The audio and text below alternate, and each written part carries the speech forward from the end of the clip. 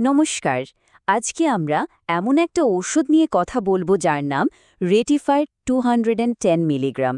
তো চলুন এর পেছনের বিজ্ঞানটা একটু সহজ করে জেনে নেওয়া যাক। চলুন একটা মজার প্রশ্ন দিয়ে শুরু করি, কেমন? আচ্ছা, কখনো কি ভেবে দেখেছেন যে একটা ঔষধ দিয়ে দুটো একদম আলাদা ধরনের কাজ হতে পারে? আজকের আমাদের পুরো আলোচনাটা কিন্তু এই প্রশ্নকে ঘিরে। তো তাহলে আগে সমস্যাগুলো কি কি সেটা একটু দেখে নিই, তাই না? মানে এই যে রেটিফায়ার, এটা ঠিক কোন দুটো সমস্যার সমাধান হিসেবে কাজ করে সেটাই এখন আমরা দেখব। এখানে দেখুন, দুটো একেবারে ভিন্ন অবস্থা পাশাপাশি দেখানো হয়েছে।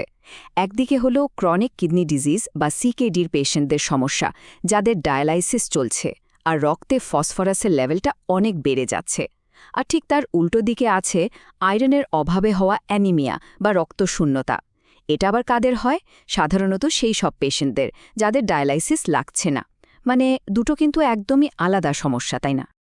আর ঠিক এখানেই এন্ট্রি নিচ্ছে আমাদের আজকের আলোচনার হিরো রেটিফায়ার। মানে এমন একটা সলিউশন যা কিনা এই দুটো আলাদা সমস্যার জন্যই ডিজাইন করা হয়েছে। তাহলে প্রশ্ন হল, এর পেছনের আসল ম্যাজিকটা কি? ওয়েল, রেটিফায়ারের মূলে যে উপাদানটা আছে তার নাম হল ফেরিক সাইট্রেট। এর প্রধান কাজই হল দুটো: এক, ফসফরাসের লেভেল কন্ট্রোল করা, আর দুই, শরীরে আয়রনের যোগান দেওয়া।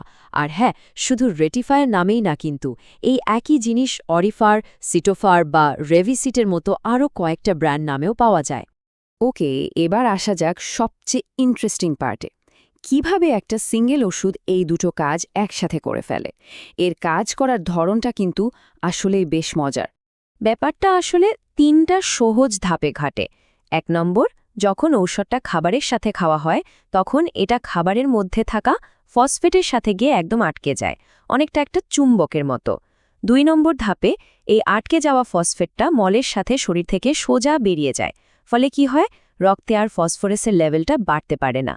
আর ৩ নম্বর, এবং এটাই সবথেকে গুরুত্বপূর্ণ, এই পুরো প্রক্রিয়াটা যখন চলে তখন শরীর ওই ফেরিক সাইট্রেট থেকেই কিছুটা আয়রন শুষে নেয়, আর এভাবেই কিন্তু এটা অ্যানিমিয়ার সমস্যাতেও হেল্প করে। দারুণ, তাই না? আচ্ছা, থিওরি তো অনেক হলো, এবার চলুন একটু প্র্যাকটিক্যাল দিকে যাই। মানে এটা কিভাবে ব্যবহার করতে হবে আর কোন কোন ব্যাপারে একটু সাবধান থাকতে হবে। সাধারণত যেটা হয়, এই ট্যাবলেটটা খাবারের সাথেই খেতে বলা হয়। তবে এখানে একটা কথা কিন্তু খুব ভালো করে মনে রাখতে হবে, এর সঠিক ডোজ বা মাত্রাটা কি হবে সেটা কিন্তু সবসময় একজন ডাক্তার ঠিক করে দেবেন। মানে পেশেন্টের কন্ডিশন আর প্রয়োজন দেখে এটা ঠিক করা হয়। এবার আসা যাক খরচের কথায়। এর দাম কেমন হতে পারে? বাংলাদেশে ফেরিক সাইট্রেট ২১০ মিলিগ্রামের এক একটা ট্যাবলেটের দাম মোটামুটি ১৫ থেকে ২৫ টাকার মতো পড়ে। তো এখান থেকে এর অ্যাভেলেবিলিটি নিয়ে একটা আইডিয়া পাওয়া যায়। দেখুন, সব ঔষধের মতোই এরও কিন্তু কিছু কমন সাইড এফেক্টস থাকতে পারে। যেমন ধরুন, মলের রং বদলে যেতে পারে, যেটা কিন্তু খুবই নর্মাল একটা ব্যাপার। এছাড়া কারো কারো ক্ষেত্রে ডায়রিয়া বা কোষ্ঠকাঠিন্য, বমি বমি ভাব কিংবা পেটে ব্যথা বা গ্যাসের মতো সমস্যাও হতে দেখা যায়। তবে হ্যাঁ, কয়েকটা খুব জরুরি ওয়ার্নিংও কিন্তু আছে। যেমন যাদের শরীরে আগে থেকে আয়রনের পরিমাণ বেশি, মানে যাদের আয়রন ওভারলোড সিন্ড্রোম আছে, তাদের জন্য এই ওষুধটা একেবারেই নয়। আর প্রেগন্যান্সি বা ব্রেস্টফিডিংয়ের সময় এটা ব্যবহারের আগে তো অবশ্যই, মানে মাস্ট, ডাক্তারকে জানাতেই হবে। তো এতক্ষণের পুরো আলোচনাটাকে যদি আমরা এক জায়গায় নিয়ে আসি, তাহলে কি দাঁড়ায়? চলুন মূল পয়েন্টগুলো একবার চট করে দেখে নিই। তাহলে বটম লাইনটা কি?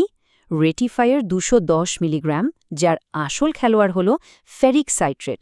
এটা মূলত দুটো দারুণ কাজ করে। ১, সিকিডি পেশেন্টদের ব্লাডের বাড়তি ফসফরাস কমিয়ে দেয়। আর ২, আয়রনের ঘাটতি মেটায়। একদম শুরুতে যে প্রশ্নটা করেছিলাম, মনে আছে? একটি ঔষধ দুটি কাজ? এটাই হলো তার একেবারে সলিড উত্তর। আর সব শেষে সবচেয়ে জরুরি কথাটা, তাহলে কি এই ওষুধটা ব্যবহার করা ঠিক হবে? দেখুন, এই আলোচনার উদ্দেশ্য কিন্তু শুধুই ইনফরমেশন দেওয়া, জ্ঞান বাড়ানো। চিকিৎসার ব্যাপারে ফাইনাল ডিসিশন নেওয়ার অধিকার কিন্তু শুধুমাত্র একজন ডাক্তারেরই আছে। তাই যে কোনো ওষুধ, তা সে যাই হোক না কেন, ব্যবহারের আগে অবশ্যই, আমি আবার বলছি, অবশ্যই ডাক্তারের সাথে কথা বলে নেবেন। এটাই কিন্তু সবচেয়ে সেফ রাস্তা।